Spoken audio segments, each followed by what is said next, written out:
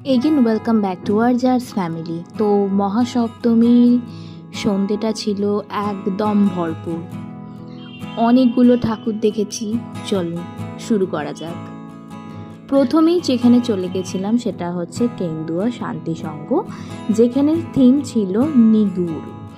নিগুড় মানে হচ্ছে মিস্টেরিয়াল প্লেস, যেটাতে অসাধারণ ছিল কনসেপ্ট। অবশ্যই এটা একটা রিমার্কেবল প্যান্ডেল হয়েছে এবারে। প্রথমে ঢুকতে যেটা দেখলাম যে বাঁশের আর কি পুরোটা কাজ করা, কাঠের আর বাঁশের, ঠিক আছে।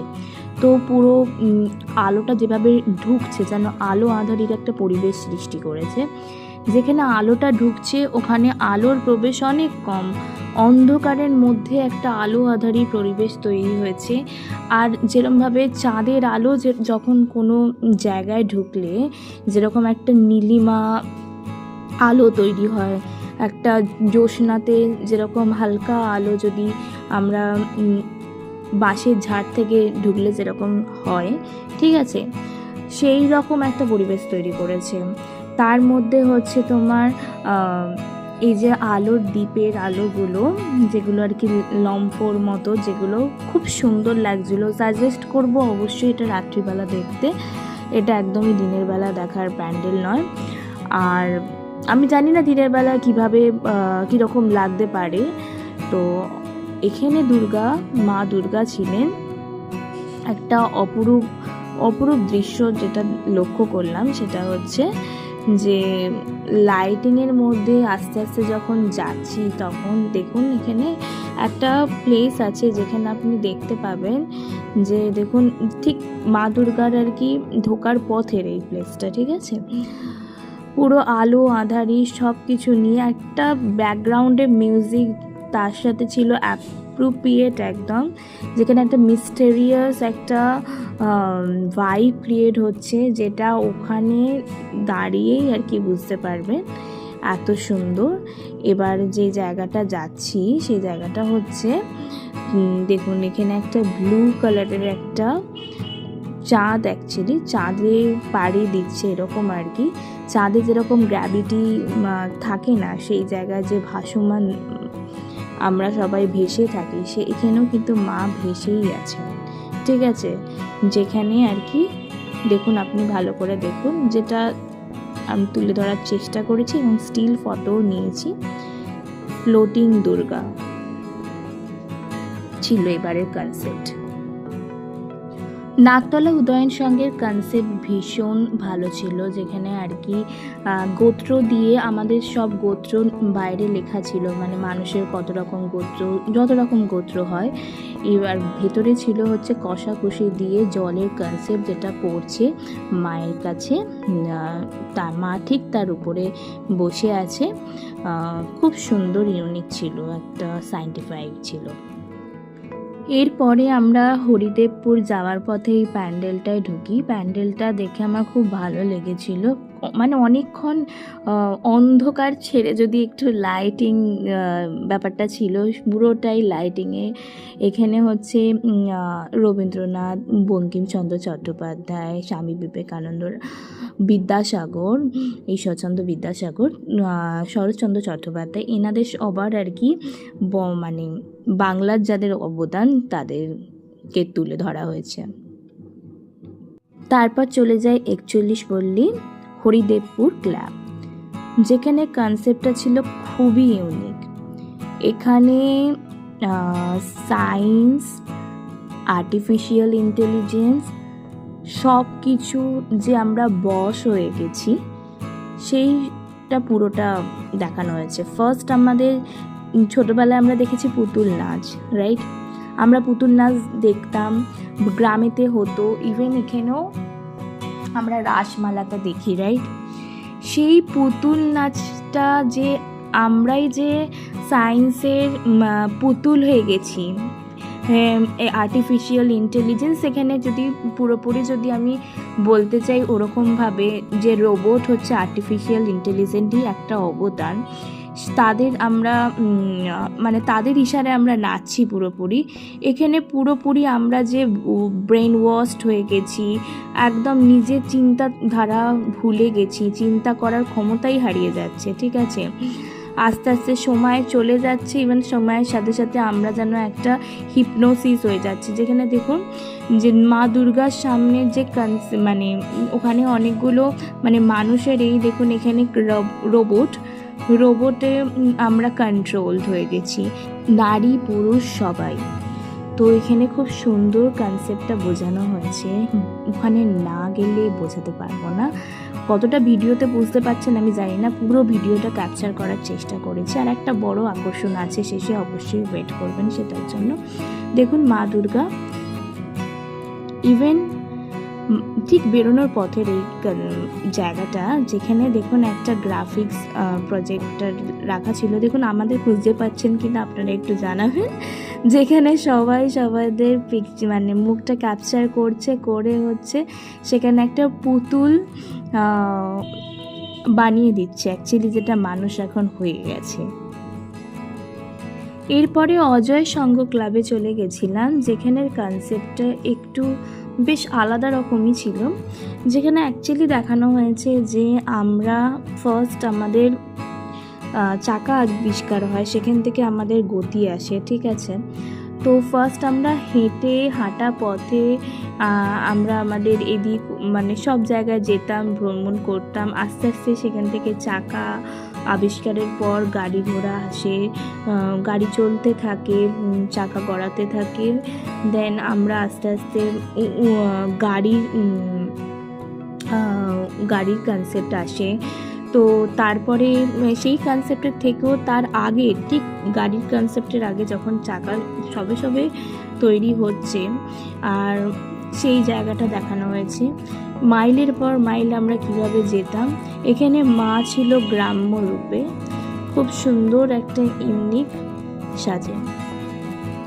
এরপরে চলে এলাম বিবেকানন্দ অ্যাথলেটিক্স ক্লাব, যেখানের কনসেপ্টটা ছিল অ্যাকচুয়ালি ফিল্মি ওয়ার্ল্ড নিয়ে, যেখানে আমরা অলরেডি যাদেরকে হারিয়েছি 80s 90s-এর, সেই কনসেপ্ট ছিল।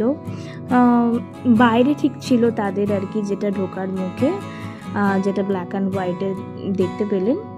আর ভেতরে ছিল হচ্ছে অনেক ফেমাস মুভি, তার আর কি সব পোস্টার। আর এখানে শুধুমাত্র মানে যারা মারা গেছেন বা যারা লেট ফিল্ম অ্যাক্ট্রেস তাদেরই শুধু নয়, এখানে যারা আর কি এখনও অলরেডি আছেন, ইভেন যারা বিখ্যাত জুটি তাদের প্রত্যেকের ছবি ছিল। উত্তম সুচিত্রা, দেন হচ্ছে অমিতাভ বচ্চন, রেখা, ধর্মেন্দ্র, হেমা মালিনী, দেন হচ্ছে এই মানে পুরনো যারা ছিলেন সবাই। আর হচ্ছে দারুণ ছিল এটা। এরপরে বেহালা নতুন দলে যাই। বেহালা নতুন দলের ফার্স্টেই ঢুকে দেখি খানিকটা আমি অবাক হয়ে যাই, যেন মনে হয় যে একটা মন্দিরে ঢুকছি। ঠিক মন্দিরে ঢোকার প্রবেশের পর যেরকম হয় সেরকমভাবে আমরা যেন একটা মন্দিরের একটা পূজা গৃহেতে ঢুকলাম। আর চারদিকটা এত সুন্দর লাগছিল, রাত্রে না অসাধারণ লাগছিল, মনে হচ্ছে কোথাও পুজো দিতে গেছি। আর এটা কিন্তু সত্যিকারের শিবের যে স্ট্যাচুটা, ও তার সাথে একটা ভালো কনসেপ্ট তৈরি হয়েছে। বেহালা ফ্রেন্ডস ক্লাবের কনসেপ্ট ছিল কিছুটা অন্যরকম, যেটা বুঝতে আমার অনেকটা টাইম লেগেছিল। আমি মানে অনেকক্ষণ দেখার পর বুঝলাম যে এটা অ্যাকচুয়ালি ফাইটিং সিচুয়েশান, যখন লড়াইয়ের কোনো সিচুয়েশান হয় সেই সময় সিচুয়েশানটা তুলে ধরেছে। এখানে একটা ম্যাগনিফিক গ্লাস ছিল যেখানে সবাই দেখছিল, আমিও দেখলাম। এখানে যে হোলসগুলো আছে সেই হোলসগুলো যে ওটা যে গান দিয়ে হয়েছে সেইটা বোঝানো হয়েছে।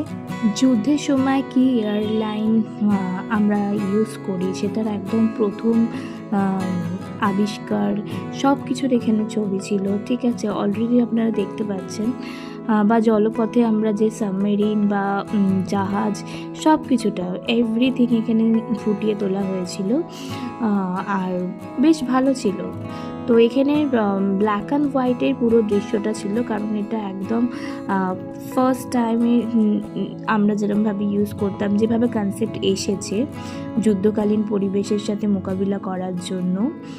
আর এখানে মা দুর্গার রূপটা ছিল একদম অসাধারণ, একদম অন্যরকম, যেখানে এই থিমটার সাথে একদম মানানসই, সাধারণ।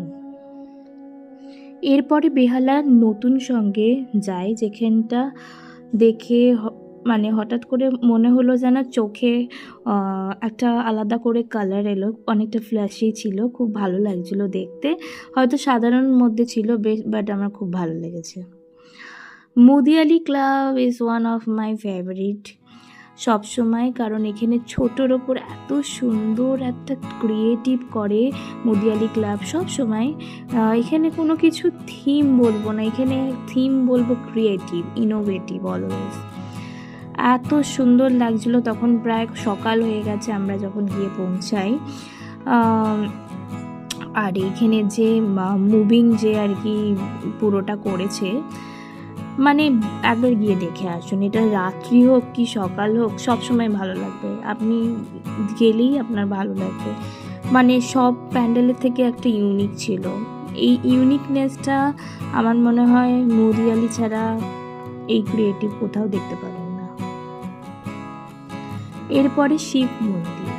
শিব মন্দিরের কনসেপ্টটা যেটা ছিল সেটা হচ্ছে, এখানে অ্যাকচুয়ালি ভগবানের প্রত্যেকটা রূপ, সেখানে একটা ছোটো ছোটো যে গল্প থাকে, ঠিক আছে, যে পাঁচালী যেটা আমরা পড়ি, যে কোনো মানে মনসা, দেন হচ্ছে লক্ষ্মী, সব কিছু প্রত্যেকটারই আর কি লেখা, ঠিক আছে, ছিল সারা জুড়ে।